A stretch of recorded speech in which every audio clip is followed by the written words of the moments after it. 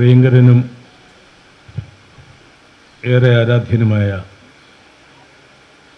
എൻ്റെ ആത്മാമിത്രവുമായ ശ്രീ BS ബാലചന്ദ്രൻ അവർകൾ, ഇന്നിവിടെ ക്ലാസ് അവതരിപ്പിക്കുന്ന എൻ്റെ പ്രിയ സുഹൃത്തും അനുജനുമായ ശ്രീ ആൻറ്റോ മേക്കൽ, എൻ്റെ മുന്നിലുള്ള പ്രിയമുള്ളവരെ, വൃദ്ധന്മാരുടെ വിഷയമായതുകൊണ്ട് വലിയ ആളൊന്നും കാണില്ലെന്നാണ് ഞാൻ വിചാരിച്ചത്. പക്ഷേ വൃദ്ധന്മാർ മാത്രമേ ഇല്ലാതെ ഉള്ളൂ. ഇവിടെ ഇപ്പോൾ ഒരു പോസ്റ്റ് ഒഴിഞ്ഞു കിടക്കുകയാണ്. ഇപ്പോൾ ഞാൻ വിചാരിച്ചു തൊട്ട് താഴെയുള്ള ഇമ്മീഡിയറ്റ് ജൂനിയറായി എന്നെ ആ പോസ്റ്റിലേക്ക് അവരോധിക്കുമെന്ന്. ഇവിടെ ഒഴിഞ്ഞു കിടക്കുന്ന പോസ്റ്റ് ഉദ്ഘാടകൻ്റെ ആണ്. ഒരു മീറ്റിംഗ് ആയാൽ ഉദ്ഘാടനം വേണ്ടേ? അപ്പോൾ ഇമ്മീഡിയറ്റ് ജൂനിയറിനെ ആക്കണ്ടേ? മുഖ്യ പ്രഭാഷണം. പക്ഷേ അത് ആരും പറഞ്ഞില്ല. ഇനി ഞാൻ കോടതിയിൽ പോകണമായിരിക്കും, എന്നെ പ്രൊമോട്ട് ചെയ്ത ആ പോസ്റ്റിൽ ഒഴിഞ്ഞു കിടക്കുകയാണെന്ന്. എന്തായാലും മുഖ്യപ്രഭാഷണം മോശമല്ല. എന്തായാലും വിഷയം വൃദ്ധന്മാരെ കുറിച്ചാണ്. വൃദ്ധന്മാർ മറ്റൊരു തരത്തിൽ പറഞ്ഞാൽ വൃദ്ധന്മാരൊരു വിഷയമായിരിക്കുകയാണ്. അതുകൊണ്ടാണല്ലോ ഇപ്പോൾ ആൻറ്റോ ഇവിടെ അതിനെക്കുറിച്ചെല്ലാം പറയും. അപ്പോൾ എന്നോട് ചിലർ പറഞ്ഞു ആൻറ്റോയുടേത് മോട്ടിവേഷൻ ക്ലാസ്സാണ്. എന്നോട് ആൻറ്റോയും കൂടെ പറഞ്ഞു സാർ ഒരു മോട്ടിവേഷൻ കൂടെ നടത്തണം. പണ്ട് ഈ റേഡിയോ നാടകങ്ങളിൽ ഫ്ലാഷ് ബാക്കിനകത്ത് ഫ്ലാഷ് ബാക്ക് വരും. ഇങ്ങനെയാണ് റേഡിയോ നാടകങ്ങൾ കേൾക്കാതെ. ഫ്ലാഷ് ബാക്കിനകത്ത് പിന്നെയും ഫ്ലാഷ് ബാക്ക്. മോട്ടിവേഷനകത്ത് മോട്ടിവേഷൻ്റെ ആവശ്യമുണ്ട്. എല്ലാ മീറ്റിങ്ങുകളും കലക്കുന്നത് ചായയാണ്. അത് എൻ്റെ സമയമായപ്പോൾ തന്നെ. എന്നാൽ എനിക്കൊരു ചായ തരുന്നുണ്ടോ? അതുമില്ല.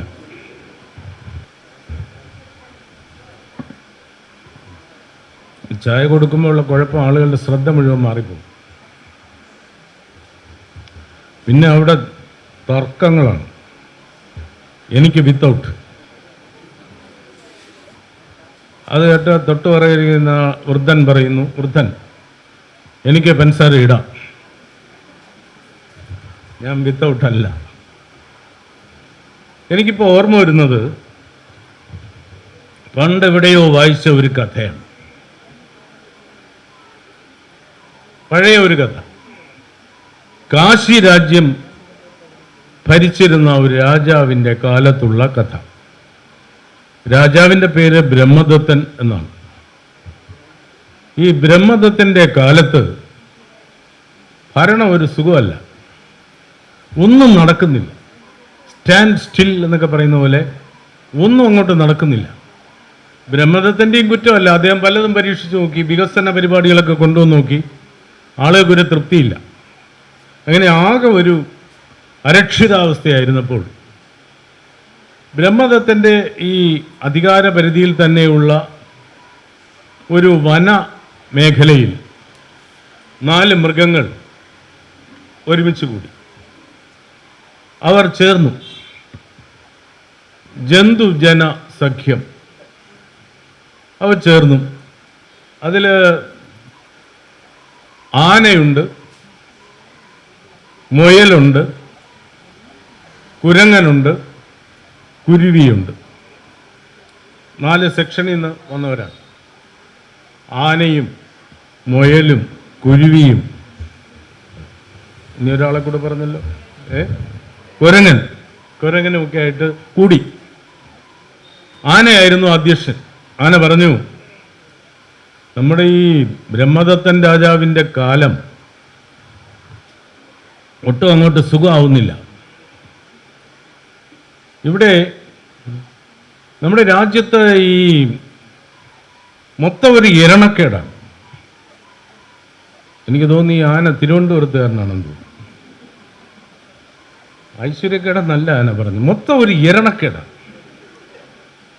അപ്പോൾ എനിക്ക് തോന്നുന്നത് ഇതിൻ്റെ എല്ലാം പ്രശ്നമെന്ന് പറയുന്നത് ഗുരുത്വദോഷമാണ്. നമ്മൾ മുതിർന്നവരെ ബഹുമാനിക്കുന്നില്ല, ഏറ്റവും സീനിയറായ ആളുകളെ ബഹുമാനിക്കുന്നില്ല. ഇപ്പൊ ഈ കാട്ടിൽ തന്നെ മുതിർന്നവരെ കണ്ടെത്തുകയോ ബഹുമാനിക്കുകയോ ചെയ്യുന്നുണ്ടോ? അപ്പോൾ കുരങ്ങൻ എഴുന്നേറ്റ് ചോദിച്ചു, ഇതൊക്കെ ഇവിടെ പറയേണ്ട കാര്യം? തോക്കിനകത്ത് കയറി നമ്മൾ ഇവിടെ തന്നെ നമ്മുടെ മൂപ്പനെ കണ്ടുപിടിക്കണം. കാട്ടിലൊരു മൂത്ത ആളുണ്ടാവുമല്ലോ. അപ്പോൾ ഈ അരയാൽ കണ്ടില്ലേ? ഒരു അരയാലിൻ്റെ ചുവട്ടിലാണ് അവർ കൂടിയത്. ഈ അരയാൽ കണ്ടില്ലേ? ഈ അരയാലിൻ്റെ ശാഖകളെല്ലാം വെണ്ട് കയറിയിരിക്കുന്നു. എന്താ അത് സൂചിപ്പിക്കുന്നത്? പഴഞ്ചൻ അരയാൽ അല്ലേ? കൂറ്റൻ അരയാൽ, അപ്പൂപ്പൻ അരയാൽ. അപ്പോൾ ഈ മുതിർന്നവർ എന്ന് പറയുന്നത് മുതിർന്നവരാണ്, മൂപ്പന്മാരാണ്. അവർ ശപിച്ചാൽ മുടിഞ്ഞു പോകും. ഇപ്പം ബ്രഹ്മദത്തൻ്റെ കാലത്ത് സംഭവിച്ചിരിക്കുന്നതാണ്. ഇപ്പം നമ്മളിൽ തന്നെ നമ്മളിപ്പോൾ 4 പേര് വന്നിരിക്കുന്നു. എനിക്കാണ് മൂപ്പ് കൂടുതൽ. കാരണം ഈ അരയാലിനെ പറ്റി തന്നെ എൻ്റെ ഓർമ്മകളിൽ ഈ അരയാലുണ്ട്. എൻ്റെ ആത്മകഥയിൽ അരയാൽ വരും. കാരണം ഞാൻ എൻ്റെ ഒരു കൗമാര പ്രായത്തിലൊക്കെ ഞങ്ങളിങ്ങനെ നടക്കുമ്പോൾ ഈ അരയാൽ എൻ്റെ തോളറ്റം വരെ ഉണ്ടായിരുന്നു, ഈ അരയാൽ. അപ്പം അങ്ങനെയാണ് കാര്യങ്ങൾ. പെട്ടെന്ന് കുരങ്ങൻ ചാടി വീഴുന്നു പറഞ്ഞു, നല്ല പരിപാടിയായിപ്പോയി, നല്ല ഇതായിപ്പോയി. ഈ അരയാലുണ്ടല്ലോ, എൻ്റെ ബാല്യത്തിൽ ഞങ്ങൾ ഈ കബഡി കളിക്കും. അങ്ങനെ ഞാനും സുഗ്രീവനും കൂടെ ഒരിക്കൽ കബഡി കളിച്ച് അരയാലിൻ്റെ പുറത്തൂടെ, ഇത്രയേ ഉള്ളൂ, അത് അരയാലിൻ്റെ പുറത്തൂടെ വീണു. മാത്രമല്ല, ഞാൻ ആ കാലത്തൊക്കെ ഈ അരയാലിൻ്റെ പുതിയ ഇലകൾ എടുത്ത് ചവയ്ക്കുമായിരുന്നു.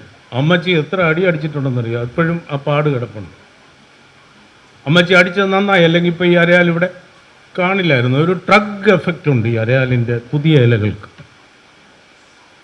അപ്പോൾ മുയൽ ഓർമ്മകളിലേക്ക് ഊളിയിട്ടിട്ട് പറഞ്ഞു, ഞങ്ങളുടെയൊക്കെ കൊച്ചുനാളിൽ ഈ അരയാൽ ഒരു പുല്ലിൻ്റെ അത്രയേ ഉള്ളൂ, വെറും 2 ഇല, ഇലക്ഷൻ്റെ ചിഹ്നം പോലെ ഇരുന്നു. തമിഴ്നാട്ടിലെ 2 ഇല. ആ ഇലയിൽ ഞാനിങ്ങനെ നോക്കി നിൽക്കും. മുയൽ പറഞ്ഞു, രാവിലെ ഞങ്ങൾ നടക്കാൻ പോകുമ്പോൾ ഈ ഇലയിൽ ചെറിയ മഞ്ഞ് തുള്ളികളൊക്കെ വീണ് രസമായിരിക്കും അല്ലേ? പച്ച പുൽക്കൊടി തുഞ്ചിൽ തഞ്ചുന്ന കൊച്ചു മാണിക്യക്കല്ലുകൾ എന്ന് ചങ്ങമ്പുഴ എഴുതിയത് ഈ മുയൽ വായിച്ചിട്ടില്ല.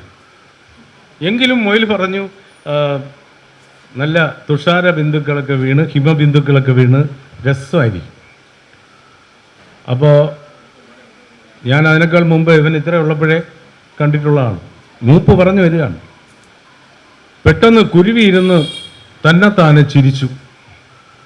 ചിരിച്ചിട്ട് പറഞ്ഞു, എന്തൊക്കെ കേട്ടാ എന്തു പറയാനാണ്. ആനയുടെ തോളറ്റം ഉണ്ടായിരുന്നു, കുരങ്ങൻ്റെ ഇടുപ്പിൻ്റെ അത്ര ഉണ്ടായിരുന്നു. ഇപ്പം ഇവൻ പറയുന്നു 2 ഇലയെന്ന്. ഞാൻ നമ്മുടെ ദമയന്തി മദിനിയുടെ അവിടെ ഒരു കല്യാണത്തിന് പോയപ്പോൾ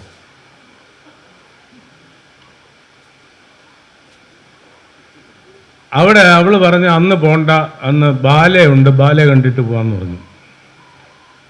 ശ്രീരാമജയം ബാലെ. അങ്ങനെ ബാല കാണാൻ ഇറങ്ങുമ്പോൾ ഈ ദമയന്തി മദിനി എനിക്കൊരു ആലിംഗ തന്നു, കുരുവിക്ക്. ഞാൻ കഴിച്ചു. ബാലെ കണ്ടിട്ടാണോ ആലിംഗ തന്നിട്ടാണോ അറിഞ്ഞൂടാ, അപ്പോഴും മുതൽ വയറിനൊരു ഉരുണ്ടുകയറ്റം. ഒടുവിൽ ഞാനിങ്ങ് പോന്നു. ഇവിടെ വന്ന് ഛർദ്ദിച്ച കൂട്ടത്തിൽ ഈ ആലിൻ്റെ കുരുവും വീണു. അവൻ കുരുത്ത് മുളച്ച് വളർന്ന് പന്തലിച്ച് നിൽക്കുന്നതാണ് നിങ്ങൾ ഈ പറയുന്ന അരയാൽ. തർക്കം തീർന്നു. ആരാ ഏറ്റവും മൂത്തത്? കുരുവി. തൊട്ടടുത്തത് മുയൽ, അതിനടുത്തത് കുരങ്ങൻ, ആന ജൂനിയർ. അപ്പോൾ കുരുവിക്ക് സീനിയർ സിറ്റിസണുള്ള എല്ലാ അവകാശങ്ങളും ഫെസിലിറ്റീസും എല്ലാം കൊടുത്തു. ഈ കുരങ്ങനൊരു കുഴപ്പം, കുരങ്ങൻ മുയലിനെ കാണുമ്പോൾ സല്യൂട്ട് ചെയ്യണം. മുയൽ സീനിയർ, മുയൽ കുരുവിയെ കാണുമ്പോൾ സല്യൂട്ട് ചെയ്യണം, കുരുവി സീനിയർ. പാവ ആനയ്ക്ക് ആൾ സല്യൂട്ട്.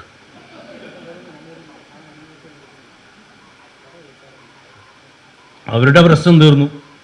പക്ഷെ നമ്മൾ മനുഷ്യർക്ക് സീനിയർ ആണെന്നൊക്കെ പരിഗണിച്ചാലും പോരാ, പദവികൾ വേണം, പത്രാസുകൾ വേണം, അവസാനം വരെ വേണം. ഇടയ്ക്ക് ഒരാൾ പറയുന്ന കേട്ടു പെൻഷൻ പ്രായം ഇങ്ങനെയല്ല ഏകീകരിക്കേണ്ടത്. ഞാൻ ചോദിച്ചു പിന്നെ എങ്ങനെ ഏകീകരിക്കണം? ഡേറ്റ് ഓഫ് പെൻഷനും റിട്ടയർമെൻറ്റും ഡേറ്റ് ഓഫ് ഡെത്തും കൂടെ ഏകീകരിക്കണം. കട്ടിലിൽ നിന്ന് എടുക്കുന്നവരെ ഉദ്യോഗസ്ഥനായിരിക്കണം. ശരിക്കും അതൊക്കെ ചെയ്യേണ്ടതാണ്. കാരണം നല്ല പ്രായത്തിലല്ലേ റിട്ടയർ ചെയ്യുന്നത്. റിട്ടയർ ചെയ്ത് കഴിഞ്ഞാലോ ആളുകൾ പിന്നെയും ചോദ്യമാണ്. ഒരുപാട് ചോദ്യങ്ങൾ ചേരുന്ന ഒരു ചോദ്യോത്തര പങ്ക്തിയാണ് നമ്മുടെ ജീവിതം എന്ന് പറയുന്നത്. ചെറിയ കുട്ടികളെ കാണുമ്പോൾ നമ്മൾ ചോദിക്കും, എന്തോ നിൻ്റെ പേര്? മൃത്യുഞ്ജയൻ. ആരെടാ നിനക്ക് പേരിട്ടത്? അപ്പം മൃത്യുഞ്ജയൻ എന്ത് ചെയ്യുന്നു? പഠിക്കുന്നോ? ഏത് ക്ലാസ്സിലാണോ? 2ാം ക്ലാസ്സിൽ. ഏത് സ്കൂളിൽ? സ്കൂൾ പറയണം. ഇങ്ങനെ ഒരുപാട് ചോദ്യങ്ങളാണ്. ചിലർ വല്ലാത്ത ചോദ്യങ്ങൾ ചോദിച്ചുള്ളൂ. ഇടയ്ക്ക് ഒരു അമ്മാവൻ ചോദിച്ചു, നിനക്ക് ആരെയാണ് ഏറ്റവും കൂടുതൽ ഇഷ്ടം? വാ പ്രത്യേകിച്ച് പറ, ആരെയാണ് ഇഷ്ടം? കാരണം ഇയാൾ 2-3 ദിവസം മറ്റേ കാഡ്ബറീസോ എന്തോ വാങ്ങിച്ചു കൊടുത്തിട്ടുണ്ട്. ആ പേരിൽ എന്തോ ദുരുദ്ദേശത്തോടെ ചോദിക്കുകയാണ്. ബോക്സോയിലോട്ടുള്ള പോക്കാണ്. ആരെയാണ് ഏറ്റവും ഇഷ്ടം? പയ്യൻ പറഞ്ഞു എനിക്ക് എന്നെ തന്നെയാണ് ഇഷ്ടം. പുള്ളി ഇത്തിരി നിരാശനായി. എങ്കിലും വർദ്ധിത വീര്യനെ വിളിച്ചു. അത് ശരി, അത് കൊള്ളാം, അത് കഴിഞ്ഞാലോ? അവൻ പറഞ്ഞു അത് കഴിയുന്നില്ലല്ലോ. അതാണ്. പിന്നെ അവരോട് ചോദിക്കുമ്പോൾ എന്താ ഇവിടെയായി? കോളേജിലായോ? ഇപ്പോൾ കോളേജല്ലല്ലോ, എല്ലാം സ്കൂളാണല്ലോ. സ്കൂളിലായോ? ഏതെടുത്തു? എന്തെടുത്തു? എന്തിനെടുത്തു? പിന്നെ അതെല്ലാം കഴിഞ്ഞു. പിന്നെ ഫുൾ A+ ഉണ്ടോ? ഫുൾ A+ഏ ഉള്ളോ? സ്കൂളിൽ ഒന്നാമനല്ലേ? ഇങ്ങനെയൊക്കെ ചോദിച്ച് ജോലിയായോ എന്ന് ചോദിക്കും. ഇപ്പം പിന്നെ ഒരുപാട് ജോലി സാധ്യതയുണ്ടെന്ന് നമ്മളോട് പറയണ്ടല്ലോ. ഒരുപാട് ജോലി സാധ്യതയുണ്ട്. എവിടെയെങ്കിലും അങ്ങ് കയറും. കാരണം ജോലി ആയില്ലെന്ന് പറയണ്ടല്ലോ. വീട്ടിൽ ഇരുന്നും ജോലി ചെയ്യാം. ജോലി കിട്ടിയവരും വീട്ടിൽ ഇരുന്നാണ് ജോലി ചെയ്യുന്നത്. പിന്നെ ചോദിക്കുന്ന കല്യാണമൊക്കെ ആയോ? കല്യാണം കഴിഞ്ഞോ? എന്താ കല്യാണം കഴിക്കാത്തത്? എന്നോട് സ്ഥിരം ഒരു അമ്മാവൻ, ഞാൻ 10-30 വയസ്സ് കഴിഞ്ഞാണ് കല്യാണം കഴിച്ചത്. എൻ്റെ കുഴപ്പമല്ല, ജാതകം ഒരു ജ്യോത്സ്യൻ്റെ കുഴപ്പമായിരുന്നു. അങ്ങനെ ഒരു വിധത്തിൽ എന്നെ കല്യാണം കഴിക്കാൻ സമ്മതിക്കില്ല. പുള്ളി പറയുന്നത് 27 വയസ്സും 8 മാസവും കഴിയുമ്പോൾ നല്ല സമയമാണെന്നാണ്. ഈ ലോകത്തെ ഏറ്റവും നല്ല കല്യാണം വരും. ഞാൻ പറഞ്ഞു അതിനു മുമ്പ് നല്ല കല്യാണം വന്നല്ലോ, അത് വീണ്ടും കഴിക്കേണ്ടി വരും. അങ്ങനെ ഞാൻ വെയിറ്റ് ചെയ്തു. 27 വയസ്സും 8 മാസം കഴിഞ്ഞ് അന്വേഷിച്ചപ്പോഴില്ല, ഒന്നും ശരിയാവുന്നില്ല, ജ്യോത്സ്യനെ കാണാനുമില്ല. പിന്നെ 30 വയസ്സ് കഴിഞ്ഞു. അപ്പോൾ ഈ 30 വയസ്സ് വരെ കല്യാണം കഴിക്കുന്നതിൻ്റെ ഒരാഴ്ച മുമ്പ് വരെയും കുറേ ദ്രോഹികൾ, ഇവരങ്ങനെ എനിക്ക് പറയാൻ പറ്റും. എന്നെ കാണുമ്പോൾ ചോദിക്കും, നമുക്കൊരു ഊണ് വാങ്ങിച്ചു തരില്ലല്ലേ? നമുക്കൊരു ഊണൊന്നും തരില്ലായിരിക്കും. ഞാൻ അങ്ങനെ ഒരു 7-8 ദ്രോഹികൾക്ക് അരുൾ ജ്യോതി ഊണ് വാങ്ങിച്ചു കൊടുത്തു. പറഞ്ഞില്ല, ഇതുകൊണ്ടാണെന്ന് പറഞ്ഞില്ല. ഊണിൻ്റെ ബില്ല് കൊടുത്തിട്ട് ഞാൻ പറഞ്ഞു മേലാൽ ഊണിൻ്റെ കാര്യം വേണ്ടിപ്പോരുന്നു. അവിടെ ഞാൻ കല്യാണത്തിന് വിളിച്ചു. ഇങ്ങനെ കുറേ ചോദ്യങ്ങളാണ്, ചോദ്യത്തോട് ചോദ്യമാണ്. കല്യാണം കഴിച്ചാലോ? ഇതുണ്ട് വിശേഷമൊക്കെ ആയോ എന്ന് ചോദിക്കും. ഇപ്പോഴാണെങ്കിൽ വലിയ പാടുവാണെന്നാണ് തോന്നുന്നത്. കാരണം എൻ്റെ ക്ലിനിക്കുകൾ കൂടിക്കൊണ്ടിരിക്കുകയാണ്. അപ്പം അതിൻ്റെ അർത്ഥം അതാണല്ലോ. കല്യാണം കഴിക്കുമ്പോഴേ പോയി ഇൻ്റർനാഷണൽ സ്കൂളിൽ ബുക്ക് ചെയ്യുകയാണ്. എന്നിട്ട് എന്ത് പ്രയോജനം? ക്ലിനിക്ക് നിൽക്കുകയാണ്. 10 വർഷമായി ക്ലിനിക്ക് നിൽക്കുകയാണ്. അന്യഥാ ചിന്തിതം കാര്യം ദൈവം അന്യത്ര ചിന്തയൽ. അതങ്ങനെയാണ്. അത് കഴിഞ്ഞു കുട്ടികളായ പിന്നെ കുട്ടികളെ എവിടെ ചേർത്തു? കുട്ടികൾ എന്തായി? ഇപ്പം കണ്ടാൽ ആദ്യം നമ്മളെ കാര്യമൊന്നുമല്ല ചോദിക്കുന്നത്, കുട്ടികളൊക്കെ എവിടെ എത്തി? കല്യാണമൊക്കെ കഴിഞ്ഞു. അപ്പോൾ എല്ലാവർക്കും പറയാനുണ്ട്, എല്ലാവരും അമേരിക്കയിലെത്തി. ചില മക്കൾ ദുബായിൽ. ഇന്ത്യയിലാണെന്ന് പറഞ്ഞാൽ ഒരു വിലയില്ല. അവൻ കേരളത്തിൽ ഒരു ബിസിനസ് നടത്തുന്നു എന്ന് പറഞ്ഞാൽ ഒരു വിലയുമില്ല. എല്ലാവരും അമേരിക്കയിൽ പോകണം. ഇങ്ങനെ കുറേ ചോദ്യങ്ങൾ. ഇപ്പം എങ്ങനെ പോകുന്നു? ആരോഗ്യമൊക്കെ എങ്ങനെ ഇരിക്കുന്നു? ഒരു കുഴപ്പമില്ല, എന്നാലും ചോദിക്കുകയാണ്, ആരോഗ്യമൊക്കെ എങ്ങനെ ഇരിക്കുന്നു? ആരാ ഡോക്ടർ? അങ്ങനെ കുറേ ചോദിച്ചിട്ട് അവസാനം ഒരു ചോദ്യമുണ്ട്, എപ്പോഴായിരുന്നു? എപ്പോഴായിരുന്നു? അതിന് നമ്മൾ മറുപടി പറയണ്ട, അങ്ങനെ ഒരു സൗകര്യമുണ്ട്. അതിന് ബാക്കി ആളുകൾ പറഞ്ഞോളൂ. ഇങ്ങനെ കുറേ ചോദ്യങ്ങളുടെ ഉത്തരമാണ് നമ്മുടെ ജീവിതമെന്ന് പറയുന്നത്. ഇപ്പൊ എന്നോട് എത്ര പേര് ചോദിക്കുന്നറിയോ, എവിടെ കയറി? സെക്രട്ടേറിയറ്റ് നീ ഇറങ്ങി എൻ്റെ പിറ്റേന്ന് തൊട്ട് ചോദിക്കുകയാണ്, എവിടെ കയറി? ഞാൻ എവിടെ കയറാൻ? മരം കയറ്റി വരണോ? ഞാൻ പറഞ്ഞു അവരുടെ അടുത്തും കയറിയില്ല. അതെന്ത്? അക്കാഡമി നോക്കാത്തെന്ത്? ഏത് അക്കാഡമി എന്ന് പറയുന്നില്ല. അക്കാഡമി നോക്കാത്തെന്ത്? PSC കയറാത്തെന്ത്? ഒരാൾ ചോദിച്ചാൽ പറഞ്ഞു, നീയൊക്കെ PSC എടുക്കൂ?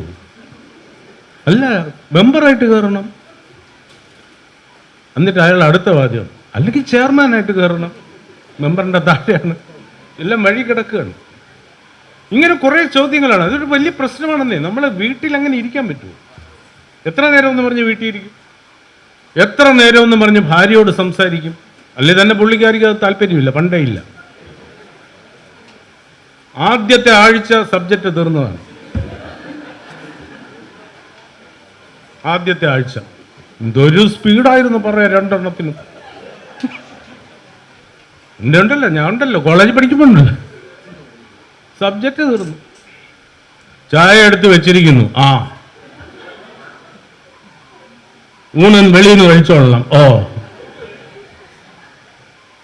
ഇങ്ങനെ പറഞ്ഞുകൊണ്ട് എത്ര നേരം ഇരിക്കുന്ന? വീട്ടിൽ ഇരിക്കും, അത് വെളിയിറങ്ങും. സെക്രട്ടേറിയറ്റിലൊക്കെ ഉള്ള സുഹൃത്തുക്കളൊക്കെ സെക്രട്ടേറിയറ്റ് തന്നെ വരും. സെക്രട്ടേറിയറ്റ് വന്ന 2 കാറുകൾ ഇങ്ങനെ ഇട്ടിട്ടുണ്ട്, അതിൻ്റെ ഇടയിൽ 2 കാറിൻ്റെ ഇടയിൽ അങ്ങനെ നിൽക്കും, ആള് പിടിക്കാൻ നിൽക്കുന്ന പോലെ, ഊളം നിൽക്കുന്ന പോലെ. പ്രദീപ്, പ്രദീപ് വന്നു. പിന്നെ എന്നിട്ട് ശേഷം, സാറിപ്പോൾ എവിടെ? ഞാൻ ഹോമിൽ. ആര്? സെക്രട്ടറി ആരാ അവിടെ? ഞാൻ തന്നെ. ഞാൻ എൻ്റെ വീട്ടിൽ, ഞാൻ ഈ മാർച്ച് ചെയ്ത് വെളിയിൽ പോയല്ലോ, ഹോമിലാണ്. അവന് സ്ഥലം വിട്ടാൽ മതി, കാരണം ഇയാൾ ഇനി വാൾപ്പേറ്റും കത്തിയേറ്റും ഒക്കെ തുടങ്ങും. അല്ലേ നമ്മുടെ സുലോനല്ലേ പോകുന്നത്? വയസ്സായി കേട്ടോ, സുലോനെ വയസ്സായി.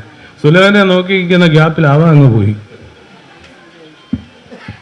ഹലോ, ഇതാര് പോകുന്നു? എബ്രഹാം എവിടെ? തീർതി ഓടിച്ച് എബ്രഹാം കൈ കാണിച്ചിട്ട് അങ്ങ് പോയി. കഷ്ടമല്ലേ? എന്തൊരു കഷ്ടമാണ് ഇവർക്ക്. പിന്നെ വേറെ ചിലരുണ്ട് കേട്ടോ, അവർ LLB എടുത്തു വെച്ചിട്ടുണ്ട്, നേരത്തെ LLB എടുത്തിട്ടുണ്ട്, പണ്ടേ എടുത്തു. അത് വലിയ ഉപകാരമാണ്. പിറ്റന്ന് തന്നെ പറ്റുമെങ്കിൽ കൊണ്ടുവന്ന് എന്ത് ചെയ്യാണ്? രജിസ്റ്റർ ചെയ്യുന്നു, എൻറോൾ ചെയ്യുന്നു. അതാണ് LLB ആയിട്ടൊക്കെ ചേർന്നുള്ള വാക്കുകൾ, കോടതിയുമായിട്ട് ചേർന്നുള്ള വാക്കുകളൊക്കെ വളരെ ബലപ്പെട്ട വാക്കുകൾ. എൻറോൾ ചെയ്തിട്ട് ഏതെങ്കിലും ഒരു വക്കീൽ ഓഫീസിലങ്ങ് കയറുകയാണ്. ഇവിടെ ഇയാൾക്ക് അഡീഷണൽ സെക്രട്ടറി ആയിരുന്നപ്പോൾ പ്രത്യേകം മുറിയും AC-യും പിന്നെന്താ പിന്നെ സ്റ്റെനോയും CAയും PAയും എല്ലാ സൗകര്യങ്ങളും 3-4 ഫോണും എല്ലാം ഉണ്ടായിരുന്ന ആള് LLB എടുത്ത് അഡ്വക്കേറ്റായി എൻറോൾ ചെയ്തൊരു സ്റ്റൂളിൽ ചെന്നിരിക്കുകയാണ്. സ്റ്റൂള് കിട്ടിയത് തന്നെ ഭാഗ്യം. നേരത്തെ എന്നാലേ കിട്ടുള്ളൂ. ഈയിടയ്ക്ക് ഞാൻ അങ്ങനെ ഒരു അഡ്വക്കേറ്റിനെ കണ്ടപ്പോൾ ഞാൻ ചോദിച്ചു, ഇനിയിപ്പോൾ നേരെ കോടതിയിലോട്ടായിരിക്കും? ഇല്ലല്ല, ഇനിയൊരു കല്യാണം. ഇന്നില്ല, ശരിക്കും പറഞ്ഞാൽ 2 കല്യാണമുണ്ട്. ഒരിടത്ത് മുഖം കാണിക്കണം, വേറൊരിടത്ത് നിന്ന് ഉണ്ണണം. അന്നത്തെ ദിവസം സുഖമായി. നാളെയോ? നാളെ സഞ്ചാന്യം. നാളെ മറ്റേ നമ്മുടെ നിങ്ങൾക്കറിയാം, നമ്മുടെ അളിയനില്ലല്ലോ, മ്യൂസിയത്ത് കാലത്തെ കിടന്ന് ഓടുന്ന അളിയൻ മടിയായി, അളിയൻ്റെ സന്യാൻ.